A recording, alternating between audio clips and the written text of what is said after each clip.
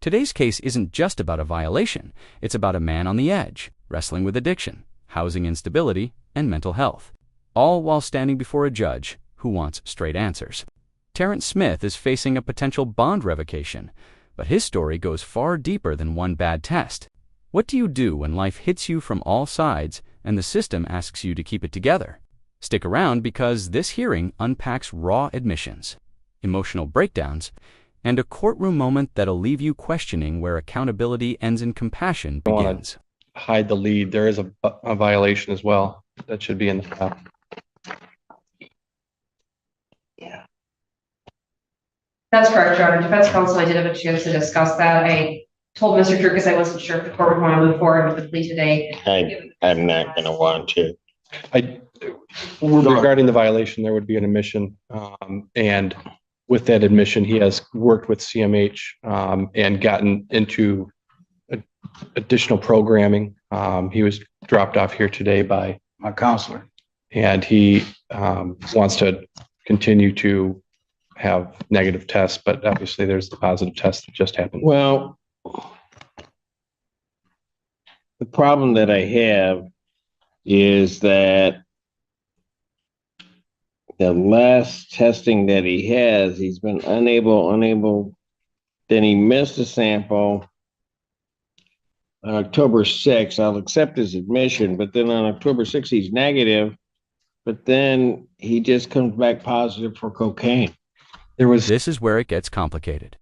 The defense is trying to humanize Terrence, pointing to his efforts, his programming, and even a supportive counselor who drove him to court.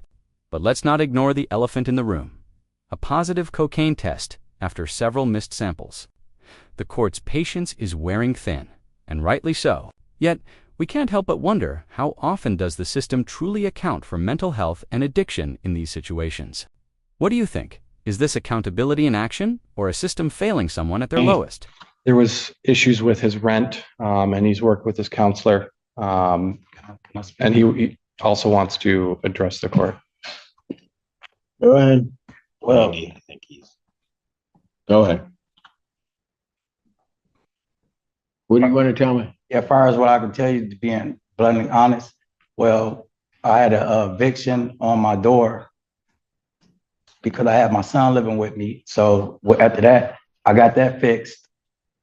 October the 7th, I think. But I was going through a bad time situation, so I take full accountability for the situation that happened. But when it comes down to, I got a bleeding ulcer. So when I called Cheryl, I told her I couldn't make it in because I was going through a bad spot, but she didn't answer the phone. So I still came in, and I tried to use the bathroom. I got bipolar, depression, anxiety. I waited a whole hour. And because she told me I can wait in there. So I waited an hour in there sitting, and I still couldn't use the bathroom because of my respiratory system. So it's been going bad, but it's getting better because ever since that I've been coming to drop, I was using alcohol, but ever since I've been coming to drop, I haven't used no alcohol. So my body is getting better. So when I went in on October the 15th, I dropped, and like I said, I take full responsibility for the situation that happened, but I have been clean. Here, Terrence is laying it all out. It's rare to see this level of raw honesty in a courtroom. He admits he messed up, but also details a support system stepping in wellness checks, counseling, even social games to stabilize his mental health. But it all leads to one glaring contradiction. If the support is that strong, how did the relapse still happen? Is this a sign of someone truly working through his struggles, or someone saying what needs to be said to stay out of custody? Let us know in the comments.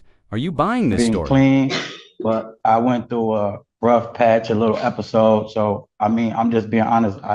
I take full accountability. I made a mistake. I went down there. I told my counselor. So my counselor, they didn't want me to ride the bus. So they brought me here. You have an upcoming appointment? She made an appointment for CMH to get, I got an appointment for CMH to go in there and talk to them. She said she's going to stay there for like 4 or 5 days from now because I had to come to court. She wanted to take me today, but instead she had to bring me here. What's your appointment date? She says she's going to put it, she put it in the system But she said she's going to get it on her. Where did the cocaine come from? Well, to be honest. Okay, let's start there. Yeah, being honest, like I said, I've been doing, Your Honor, I'm being honest. I want to be honest.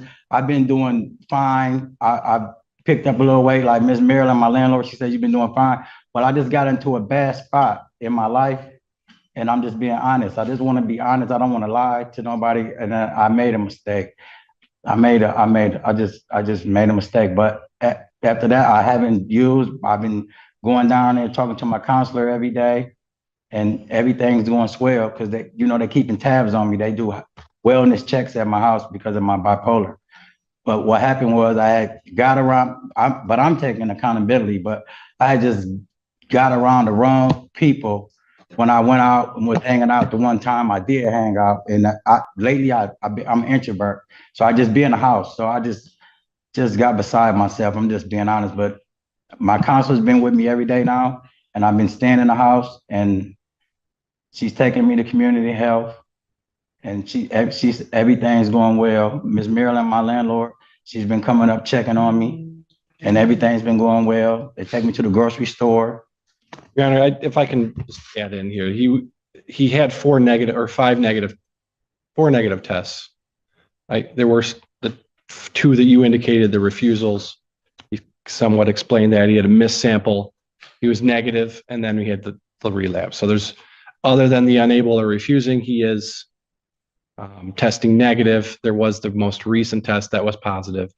What I'd be asking the court today would be if he can get another negative in between now and the next court date.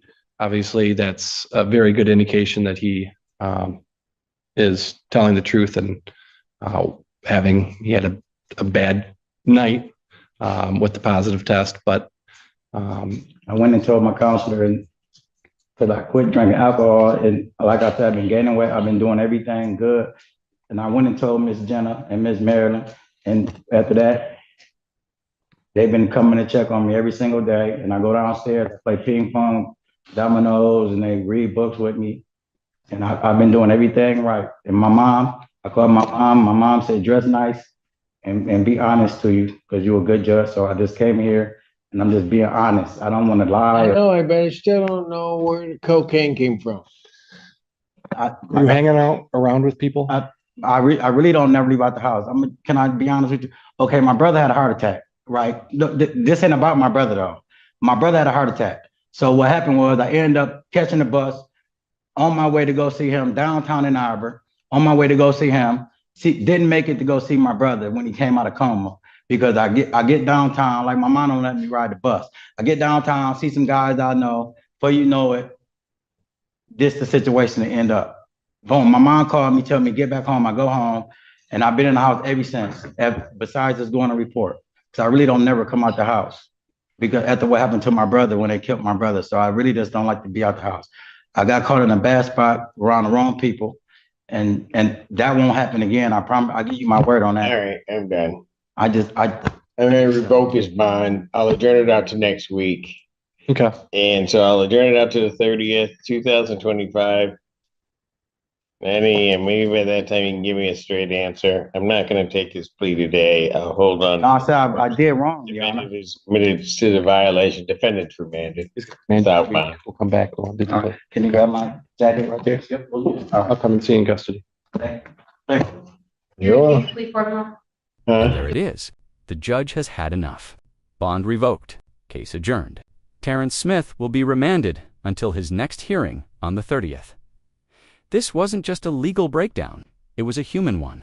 Between his eviction, bipolar disorder, and addiction relapse, this case spotlights how personal hardship intersects with the cold precision of the justice system. But the big question remains, will Terrence get another shot to prove he's serious, or has he already run out of second chances? If you found this case as shocking as we did, make sure to hit that like button, share your thoughts in the comments, and don't forget to subscribe for more jaw-dropping courtroom breakdowns. We've got more stories you won't believe are real,